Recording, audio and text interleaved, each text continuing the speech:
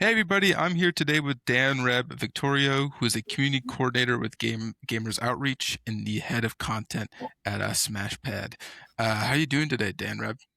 Doing all right. It's an Yeah. interesting weekend. We got Mother's Day weekend going on, so hmm happy Mother's Day to all the mothers or mothers to be or any mother figures. And yeah, glad I was able to carve up some time to finally talk to you. Yeah, I really appreciate it. I've been following you on LinkedIn for a little bit, and I looked at some of the stuff you guys have done at SmashPad, so I'm really excited. But do you have any Mother's Day plans or anything tomorrow?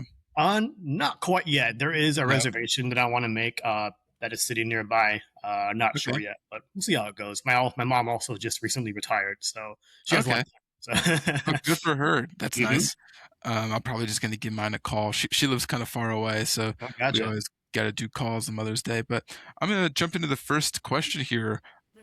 You attended San Jose State University, where you received a bachelor's of science in journalism.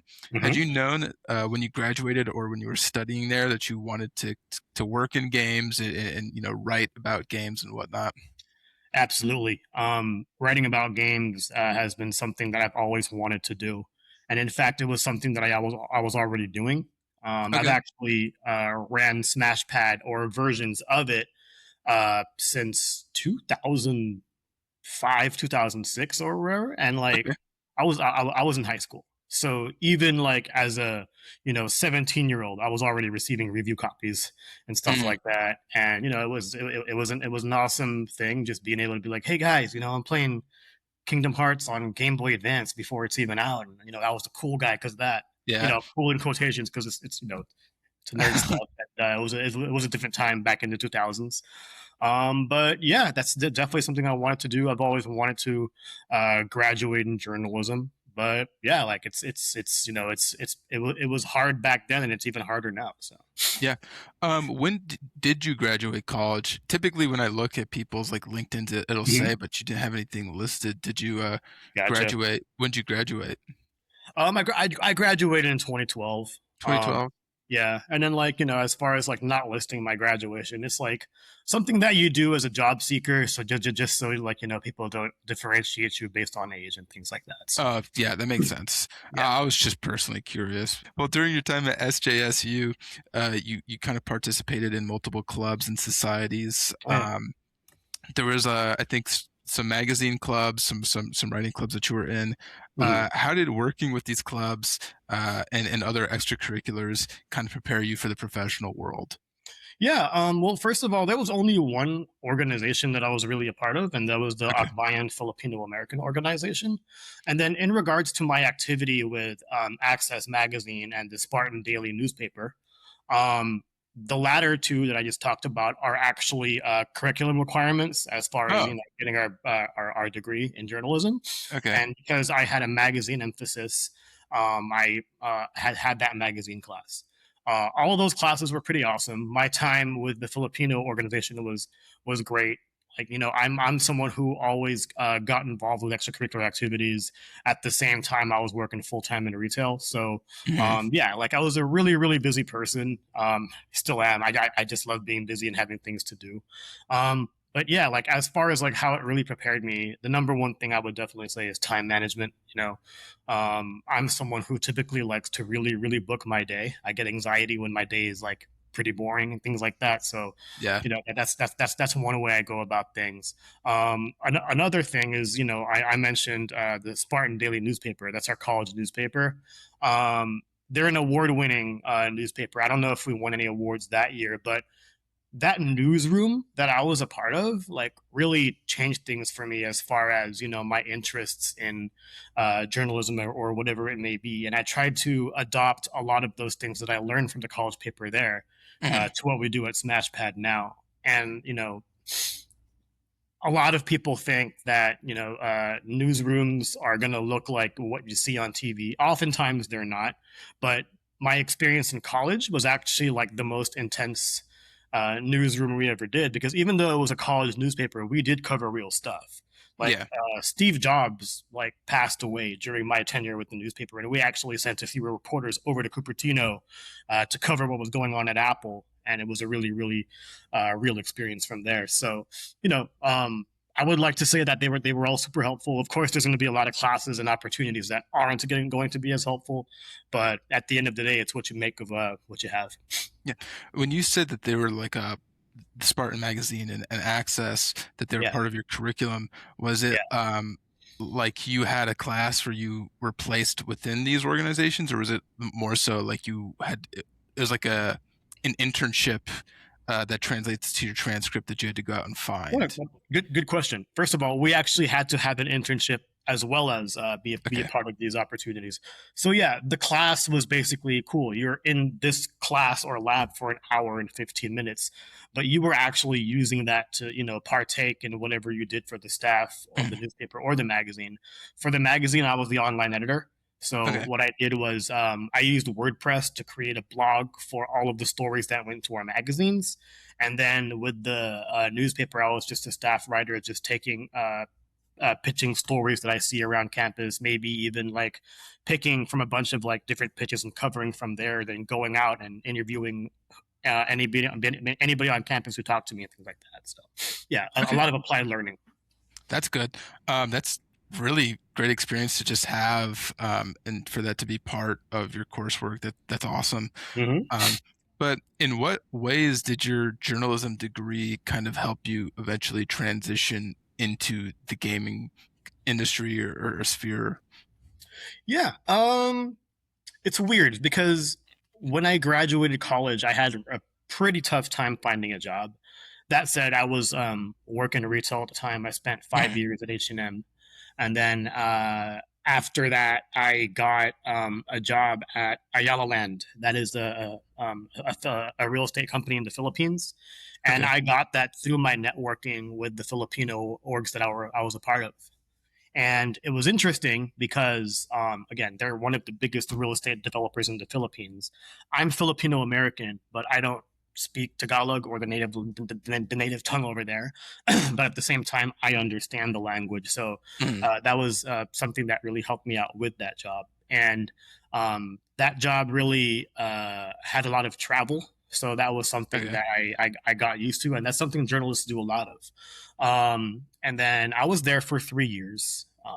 Towards the tail end of it, I was over it. I didn't like it anymore. But Okay. at that time, I applied on LinkedIn for a community agent role at Glue Okay. Mobile. Um, and yeah, luckily I got that job. And then they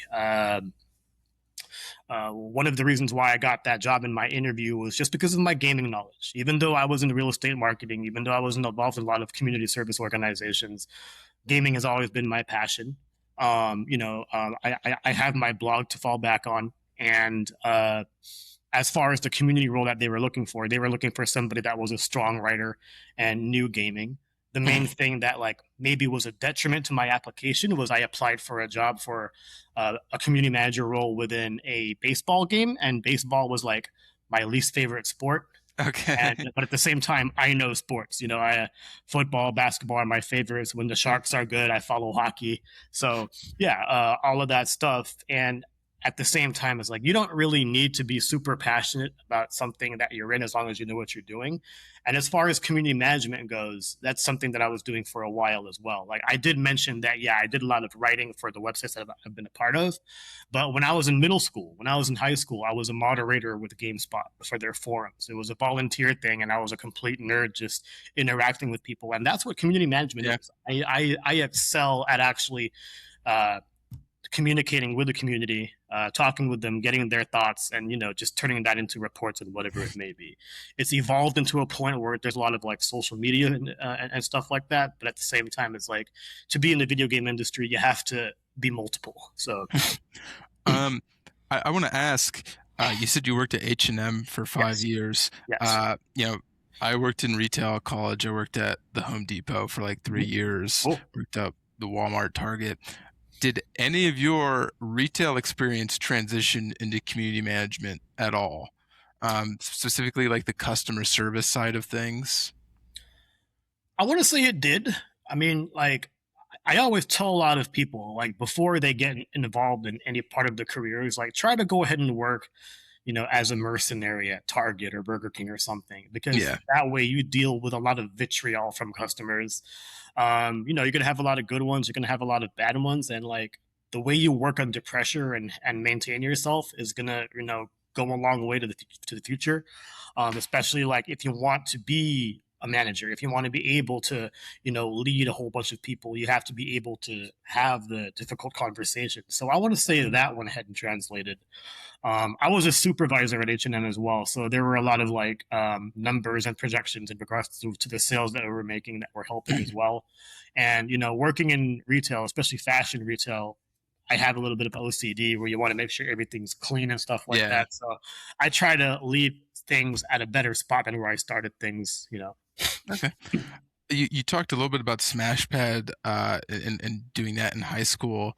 Um, when you created that, what were your kind of goals, for SmashPad's future, Okay. longevity wise? Gotcha. First of all, I didn't create it. Oh, you did it. I sort of inherited it. Okay. So when I was in middle school, I knew about game reviews because of I was obviously a moderator at GameSpot, and that allowed us to really like hone in on how some of the things on the site worked.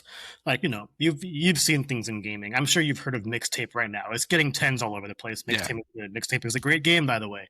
But of course, there's going to be a lot of discourse. A lot of people are going to be like, "Why is this game, getting these ratings?" So, yeah, as far as that goes, like it's knowing the culture behind all of that. But just going to how that all happened.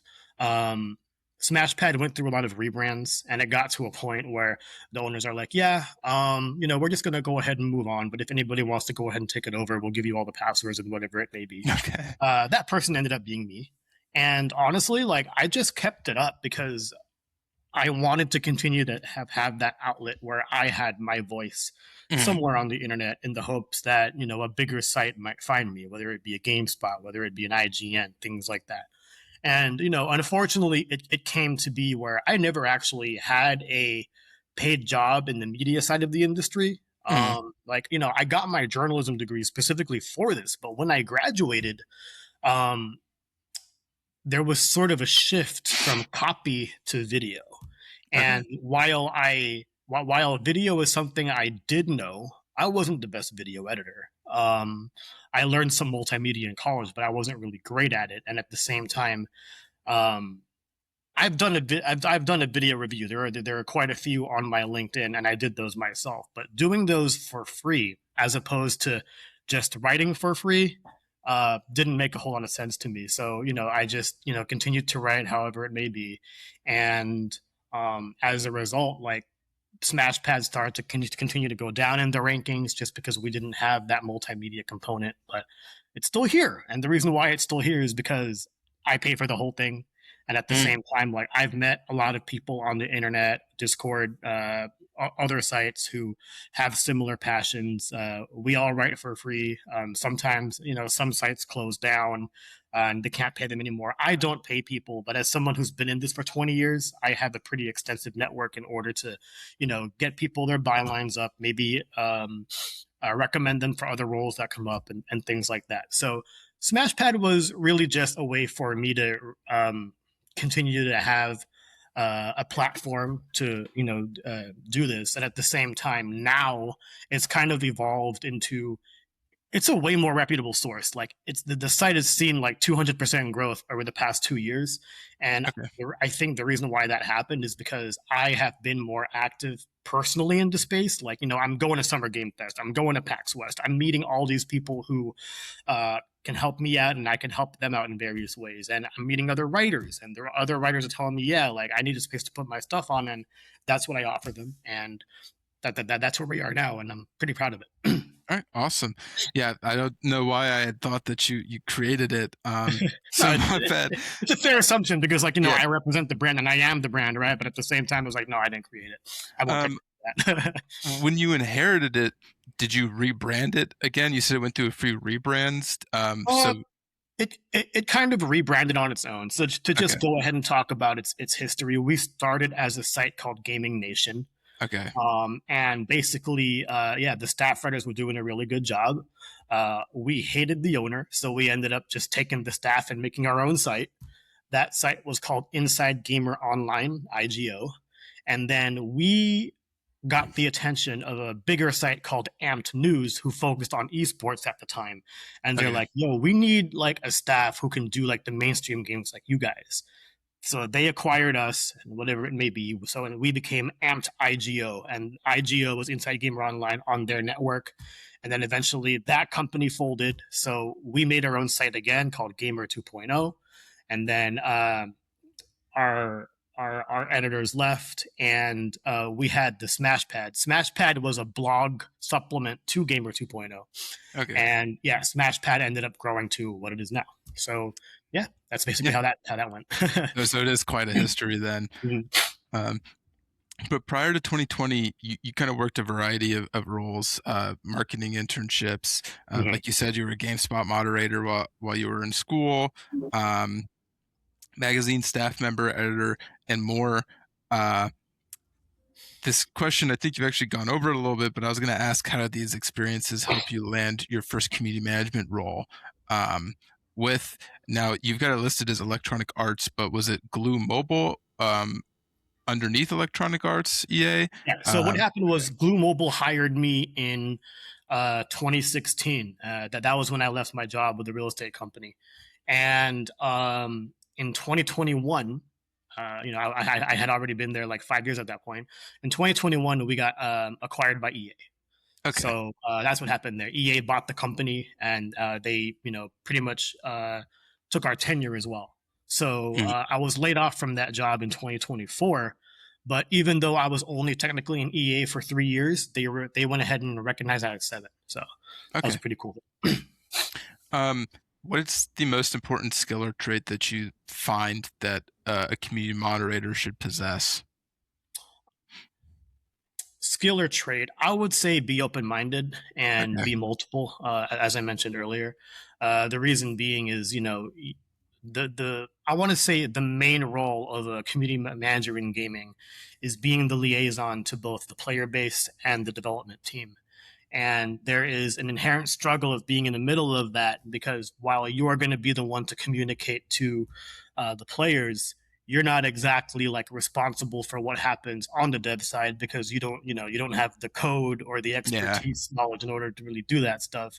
And a lot of times it's going to be telling the players no, or Mm, telling the players yes in a roundabout way that can still benefit the company or whatever it may be. I am somebody who is like fairly blunt, pretty straight up with what I'm saying, and like I've been fortunate enough to work in community roles where I've not exactly been uh, uh, in customer service. So cool. That allows me the flexibility to be a little bit more spicy, yeah. And sometimes like you have to do that because you want to show that you have some backbone. You don't want to be a totally passive person because everyone's going to take advantage of you at that point.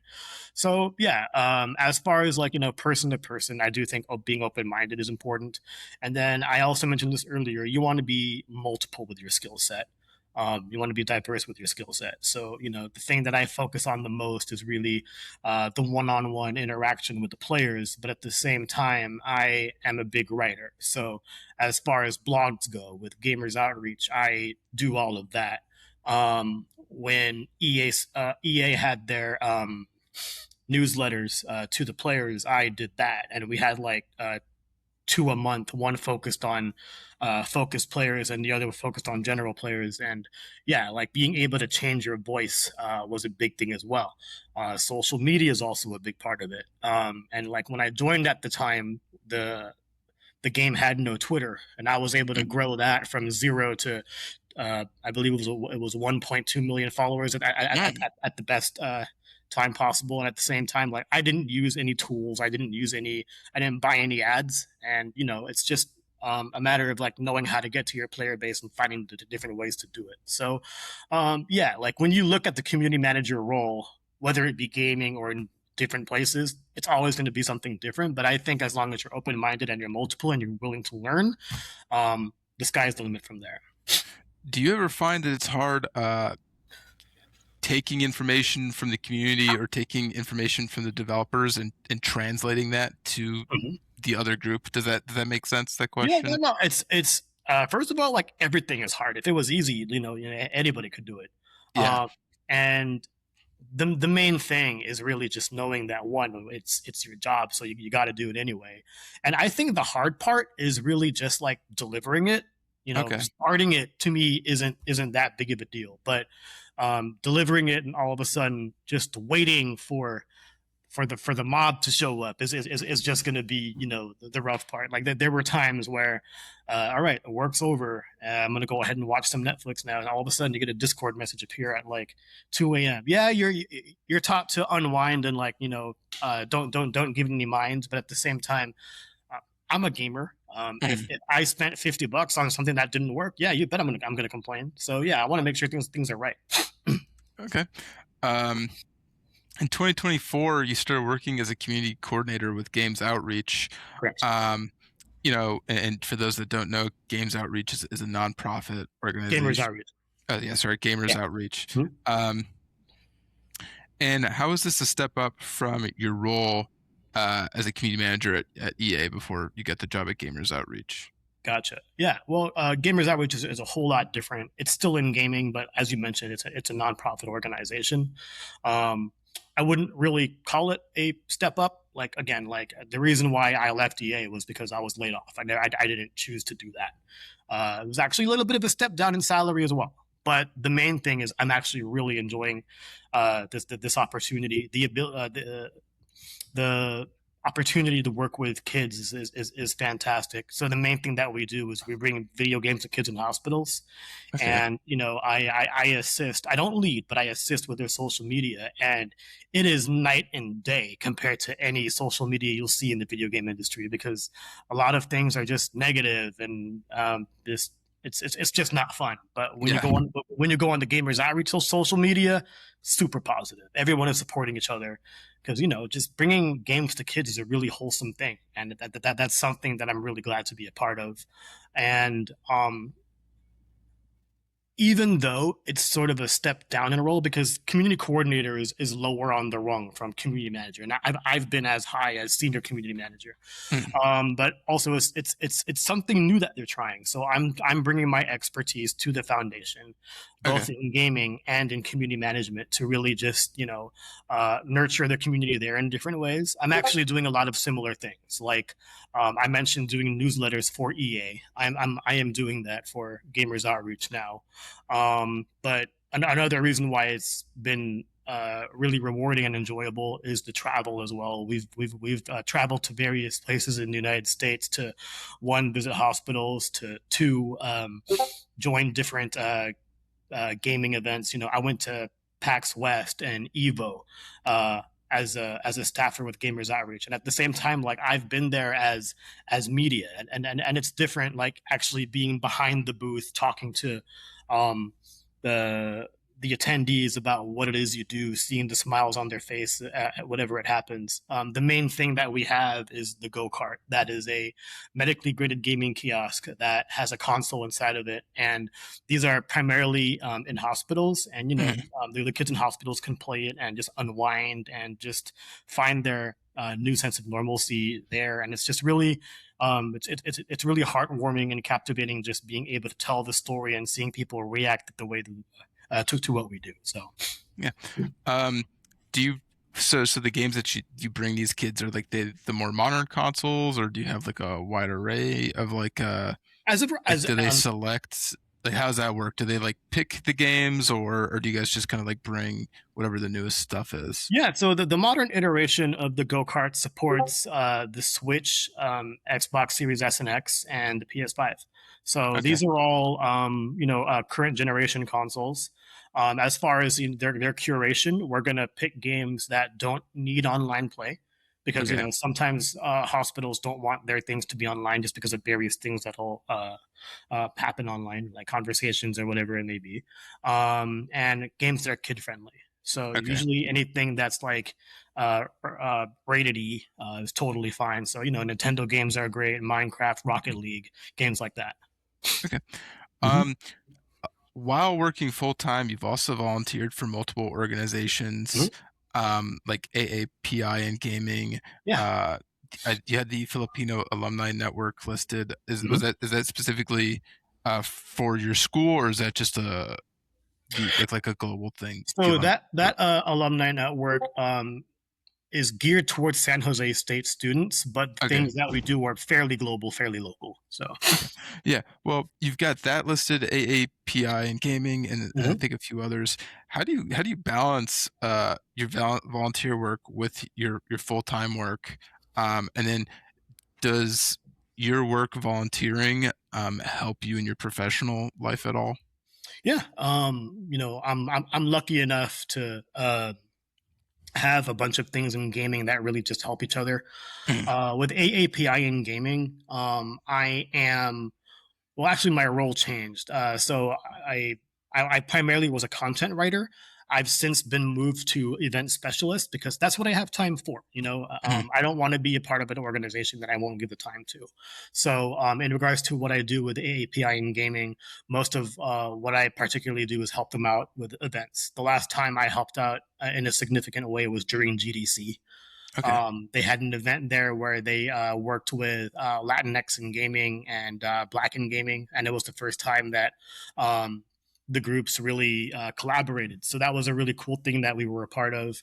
Uh, right now, it's actually Asian American Pacific Islander Heritage Month, and I'm working on doing a panel pretty much similar to what we're doing with Okay. four other people, four other AAPIs in games media. So that was pretty cool. And then with the Filipino Alumni Network, I am their director of professional development, and the main thing that I'm in charge of is running a career day. I did the first one last year. My featured speaker was Belinda Garcia McGee. She is actually a writer with Amazon Games, and she works on the Tomb Raider series. So as far as like finding ways to make all of this work with my actual job, like considering it all involves gaming Mhm. and they don't actually compete with one another, that makes it easy for me to do. And since a lot of like what I do for all three is writing based, and I've been doing this for 20 years, it's really it's easier it's for me than others to really just try to find ways to separate them. At the end of the day, like since they're all in gaming, it definitely helps in that regard. That's awesome, and I'm sure it's fulfilling as well in some ways that work just can't be fulfilling with. But Absolutely. you know, you also offer consulting services. Mhm. How have your experiences made you kind of marketing and marketable in that area as a consultant, maybe for the average indie developer or like a AAA client or something like that? Yeah, the main thing I offer as far as my consulting services is with mock reviews. Okay. And since I've been reviewing games for 20 years, that pretty much gives me a leg up over um, a lot of people that offer the same opportunities. The main reason why I think companies, whether they're AAA or indie, would benefit from my mocks is, I think I'm pretty accurate in regards to rating a game. And for those of you that don't know what a mock review is, they're pretty much like any review you'd see on GameSpot or IGN, except that they're months, maybe even years ahead of time, and you're actually reviewing an unfinished product. And the reason why these are used is so the market research and various other arms in the company can see how good that game might perform when it actually comes out versus their competitors or other games in the genre, and that they use that information, to determine when it comes out, whether it should come out, what kind of bugs there are there. Because, for example, if you were to just leave it to QA or whatever department you have within the company, because they work for that company and they want to see it succeed, maybe you might not get the best information. But if you get a consultant or someone else to do a mock review outside of that company, you'll be able to see perhaps a more broad way of how your game will be received. And that's the main way that I think that I can help. Not to mention the fact that I've been a community manager with EA, the fact that I represent philanthropies like Gamers Outreach. It just allows, companies that decide to work with me to see what their options are as far as, not only their game, but how their company outlook goes moving forward. So, I mean, through doing SmashPad, they're Mhm. doing. You're consulting. Has that? Would you say it's made you like a more well-rounded gamer? Like, yeah, for example, right? I don't like fighting games. I've never been good at Sure. them. Um, but do you close yourself off to specific genres or do you keep yourself open? Like I don't feel like I would be good at reviewing a fighting game because I don't like them. But Yeah. over the years, like, do you get what I'm getting at I here? no, Like, has it I made you more well-rounded? I totally get it. I do believe that I'm well rounded, but I definitely know that there are some weaknesses, in my variety of games that I play that I probably shouldn't review. You mentioned fighting games. I do like fighting games, but I'm not one of those people who's going to talk about like the hitbox of Ryu's left punch that'll Yeah. get to certain areas and things like that. That being said, when I run SmashPad and I have codes for games to review, I will give them to the people who I think are most qualified to review that game, or people Okay. who actually want to do it. Normally, when you want to do it, I would assume that you know what you're talking about, so we go from there. As far as consulting goes, yeah, I'm probably not the best person to go to as far as consulting on something like Call of Duty Mm, or Street Fighter, just because like I'm not particularly strong in those genres. But at the same time, like I appreciate that they exist, and I know a lot of people who are, and I can refer them. So and in your consulting, uh, this is I don't really know how to phrase this question, so I hope it sure, doesn't really come out weird. no Do worries. you take like a certain does your attitude do you have to take a certain approach with like a certain attitude? Like, are you more inclined when you're doing those mock reviews to look for positives or more inclined to look for negatives? Like, what kind of mindset are you doing with those mock reviews? Does that make sense? For the most part, I don't treat it any differently. I try to Okay. be as professional as possible, but at the same time, maintain like my writing style. Like if I'm sure you've read at least one of my reviews. Like I review the game like I'm talking to you, or like I'm talking to Okay. an audience, and that's the way I treat my mocks. But honestly, it's going to depend on whatever the publisher wants. Like Mm, if they want me to, hey, write it as if you were like IGN or whatever it may be, and those aren't the words they'll say, but they'll definitely want to, you know, see that it's not an AI thing, things like that.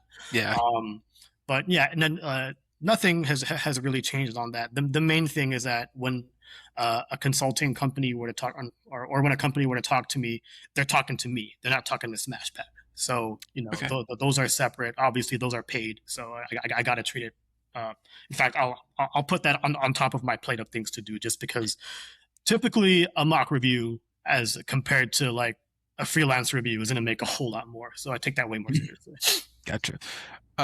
We're getting to the end of the questions here, so Sure, thank you again. I really of appreciate course, of this. course. But you've mentioned you've been in games for around like 20 plus, not around 20ish years. Yeah. What are some of the more proud? What are some of your proudest moments from your career? Oh man, it's quite a bit. There's always like your first byline, right? It's like, Yeah. oh, cool. Here's my first review of Pikmin, even though it super sucks, but it is what it is. A big highlight came a few weeks ago. I reviewed Pragmata for Forever Classic Games, and that was the very first game I actually reviewed and got paid for. And Okay. that surprises a lot of people because I've trained so many more people who've gotten way above me in gaming journalism. But that just goes to show, like we all have different focuses and whatever it may be. Another proud thing happened a few years ago when I got into my first Summer Game Fest. Because I am somebody who the year that SmashPad went to E3. I couldn't go because I didn't have the money for a flight. And then after that, we never got invited back again. So being able Oh, to go to like one of the biggest events in gaming uh, invited is definitely a big deal. So like that was great. Another thing is getting my role at Glue Mobile and EA because like after what 15 years 10, 15 years of grinding, I'm finally at a stage where cool, I'm being paid to do something about video games. And all that stuff I did before was not a waste of time. It's just really gratifying to, being able to accomplish things of that nature. awesome. And what advice would you give to somebody trying to enter games now, whether that's through writing, community work, or anything else like that? Yeah, really hard right now. When I went to GDC unemployed and I got the same question from college students, I'm not gonna lie, I told them straight up, don't. And the reason why I say that is because, well, one, it's going to depend on like what you focus on. I'm not an engineer, so I don't know. Yeah. Well, I do know how it's been impacted, but I'm not going to pretend that I know what it's like to be in that particular situation. But for community managers, it's really tough, primarily because most studios only have one. They're lucky if they even have a team. So normally those roles are already filled, and like once they're gone, they're gone. People are typically going to keep them. It is really rare for me to see someone like leave that post for another unless like they were poached, and that Mhm. happens a lot in the industry too. So I totally get it. But yeah, like if you're stubborn enough like me, just definitely keep grinding. Like if you want to start a podcast, start one. It doesn't matter if your equipment sucks. All you need is a phone. Just put it in front of you. Yeah. If you want to start writing, go ahead and start writing. You can just write a reader review on IGN or Metacritic and leave it there. Don't make it like a 50-word "this game sucks" review. Actually put some thought and effort into it, because a lot of people like me are looking for more talent to put on their site, and maybe we won't be able to pay you with or compensate you with money, but I have codes for games that aren't out yet, so you can help in that regard, and that's something that still gives me a lot of pride. Like I'm not saying I do have it, but if I were to be like, in my mind, cool, I'm already playing Grand Theft Auto 6. Like, it's still Yeah. something that you can't replace it with, and things like that. So it's a matter of like really just starting, no matter how bad you think it's going to be, because you know what, it's going to be bad. But in order to not be bad anymore, you got to keep doing it. Keep doing it. You get better. You know, not everybody gets to be Aaron Rodgers and win the MVP their 30 year. Yeah. So Everybody gets to be A-Rod, unfortunately. So is what it is. yeah, But those are the end of my questions pertaining to you and your career. Thanks so much. However, if you've seen some of my other interviews, I've just got some a few more of questions. course, These ones are a little bit more fun, in my opinion. But sure. I want to start off here with, what is your favorite game of all time? Awesome. My favorite game of all time is Majora's Mask, Legend of Zelda Okay. Majora's Mask. And the reason why it's that one and not Ocarina of Time, and don't get me wrong, Ocarina of Time is fantastic. I think Majora's Mask is the real Master Quest. There's the Ocarina of Time Master Quest where they like change up the dungeons. All of the dungeons in Majora's Mask are a whole lot harder than anything you'll play in Ocarina of Time, and I really appreciated that level of difficulty. I know a lot of people didn't like the 3 day system, but I loved it. I loved being able to just get 100 rupees, put it in the bank, reset time, and keep doing that so that my link was freaking rich. Yeah. That game was also like the darkest Zelda at the time. Like even Mhm. though Link was a kid, like there was some crazy stuff happening in that game with the end of the world happening, I heard it's and like scary. I heard it's a absolutely. scary one. Yeah, there were definitely some scary parts. And last but not least, like your reward for getting all of the masks is awesome. Like the fierce deity mask that changes you into this crazy gilded warrior was awesome. And all there's also a love story, multifaceted side quest in order to do all of that, and it was just fantastic. That was the only Zelda at the time that like really went in that direction. Like most, I'm not gonna lie, most Zelda stories suck. Okay. That one was solid because it wasn't just about saving the princess, So There's about some there's some more depth to it then. Yeah, absolutely, absolutely. I grew up with the PlayStation, so I Okay. really never played any Zelda. I've only Oh, played Breath of real? the Wild. Okay. Yeah, Okay. I- I've only played Breath of the Wild and Tears of the Kingdom, but my fiance, she's the opposite. Like she had all the Nintendo stuff growing up, so Yeah. she wants me to play what is it, Twilight Princess? Okay. So I'm I gonna think play that's that. another dark one, another popular one. Like, Yeah. if you were to ask me this maybe 2 years ago, I might have put Tears of the Kingdom on there just because, like, Okay. so what I tell people a lot is I wish that I could replay Breath of the Wild for the first time, because like when I first played that I was overjoyed and amazed, and Tears of the Kingdom pretty much does that Yeah. better. So yeah, That's how I feel about Elden Ring. I wish I could okay, play Elden Ring for the nice. first time again. But now I've got some blind rankings here. Are you familiar with my blind rankings? Maybe S- not yours, but I Yeah. think I think I know what band rankings are. So yeah, so I've got a prompt here, um, and I've got some things that you're going to rank, but it's blind, so you're not going to know what's going to come next. So I've Got it. got so you're going to blind rank Do I five. do I know how many? Oh, five. Okay, cool, cool. Go Yeah, ahead. five. You're Yeah, good. you're going to blind rank five JRPG uh, Let's go. main characters. Main characters. Let's get Yes, okay. MCs. All right. So you ready? Sure. All right. And number one is best. Number five is worst. Got it. Sometimes people need clarification on that. But Yeah. all right, number one here, your first guy up is Joker. Ooh. I'll put him at three. Three? Yeah. Okay. Cloud. Five. Dang. I, I feel like we need to unpack I did that a not little delay bit. I'm still waiting there. Okay. Okay. Rex. If you're not familiar with I don't know Rex, who Rex is. he's the main guy from Xenoblade Chronicles 2. Oh, I did not. I have not played Xenoblade Chronicles 2. So, are you gonna? Do we skip that, or do I have to put a rating on I them? still got to put a ranking on him, Oh, okay, unfortunately. fine. We'll just put him at four, just because I don't know who For he is. Yeah. um, Ichiban from Yakuza Like a Dragon. Two. Two. Okay. Yeah. So we automatically have to put this guy at one, right? All right. And then your last one is he's the last one's going to be at number one. It's Hero from Dragon Quest. I'm fine with that. That works Yes. for me. Yeah. So I've never played. Look, and some people might not like hearing this, but the only Final Fantasy game I've ever played is 16, which Okay. is, it's not like a crazy popular one. But I Mhm. know that Cloud is like the poster boy. What do you not like The Cloud? only reason why Cloud is the poster boy is because Final Fantasy VII is the most popular Final Fantasy. As far Okay. as character depth, he sucks. Like, and I don't really want to delve into spoiler territory, but there is a game called Crisis Core Final Fantasy VII. That one came out on the PSP. It was recently re-released a few years ago for modern consoles, and basically that was a prequel to FF7. And the main character in that game is Zack Fair. Okay. You've never played 7, right? So you don't know who Zack Fair is. I've only played 16. Okay, so Zack Fair is Aerith's canonical boyfriend. Okay. There, Is that the? Go ahead. Sorry. yeah, the girl who dies in 7. Yeah. Okay. That's That's not a spoiler anymore. Everyone knows that. And you learn that everything that Cloud was talking about in his history in the original 7, he didn't do it all. That was Zack. So it's Cloud pretty much taking credit for all sorts of things that he didn't do.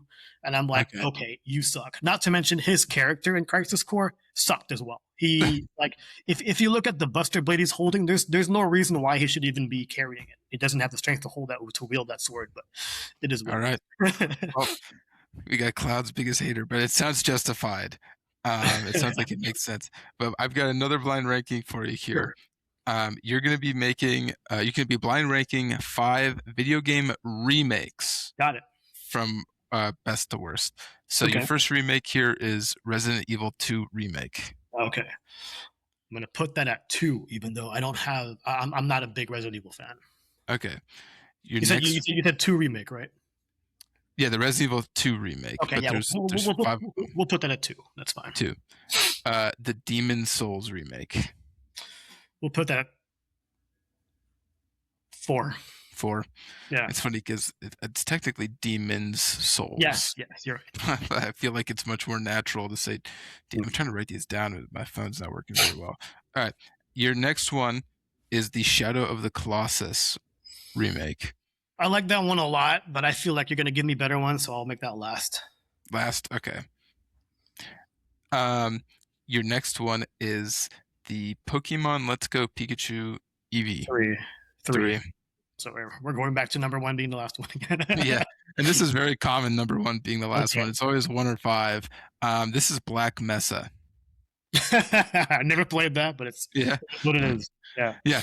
But awesome. We got those blind rankings done.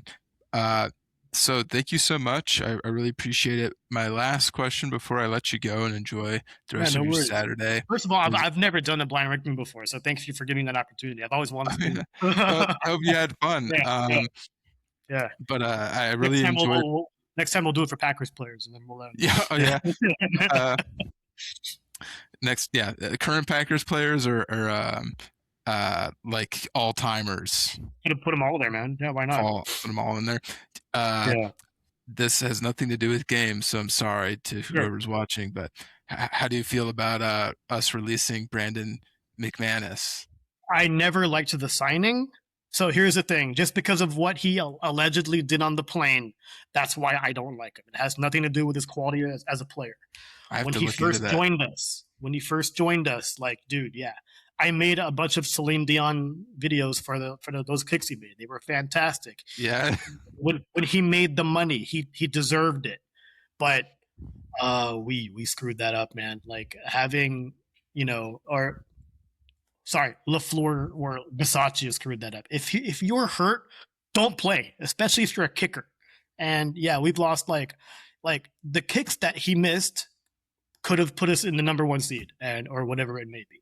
So as far as the release, the reason why I question it is because one, we paid him. Two, like Smack, that's an awesome name by the way. Smack has to compete with Trey Smack. somebody. And I know that he's competing with a substitute teacher who did a good job, but you want to have him compete with a veteran. But at the Hmm. same time, you can't have a three kicker competition because you won't be able to get any good enough data. So the kicker battle in Green Bay is going to be something that I'm really, really looking forward to. Anyway, yeah, I don't like McManus as a person. I liked him as a kicker, and it's unfortunate the way it all shook out. I haven't heard about what he did on this plane. I'll have to look into that. But Yeah. uh, all right, final question here before we head off. Is there anything else you'd like to add? Not really a whole lot, you know. No? Thanks for giving me the opportunity here. This was actually a lot different. You went into more of my history. I thought you were going to just talk about community management the whole time. So that was I, definitely a little bit of a surprise there, but I hope it was a that was good cool. surprise. Yeah, Yeah. absolutely. Yeah, just keep it pinned to SmashPad. We're going to be at Summer Game Fest at the beginning of next month. I will post a lot of the content that I do on LinkedIn as well. So there's that. Definitely check out Gamers Outreach if you can. Make a donation. We're going to be at Evo this year with our booth. So not only can you go there and donate, but you can also play our staff. In the fighting game of your choice. Sometimes we even have pro players there. Oh Like wow. we had Jay Wong there. He's actually he's a friend of ours anyway, and yeah, he was there. I called them meet and beats because yeah, Okay. you're meeting a great player, and then you play him, and then you get He killed. beats So you. that's what it is. But, Right. Well, thank you so much. I really appreciate it. no worries. Thank you.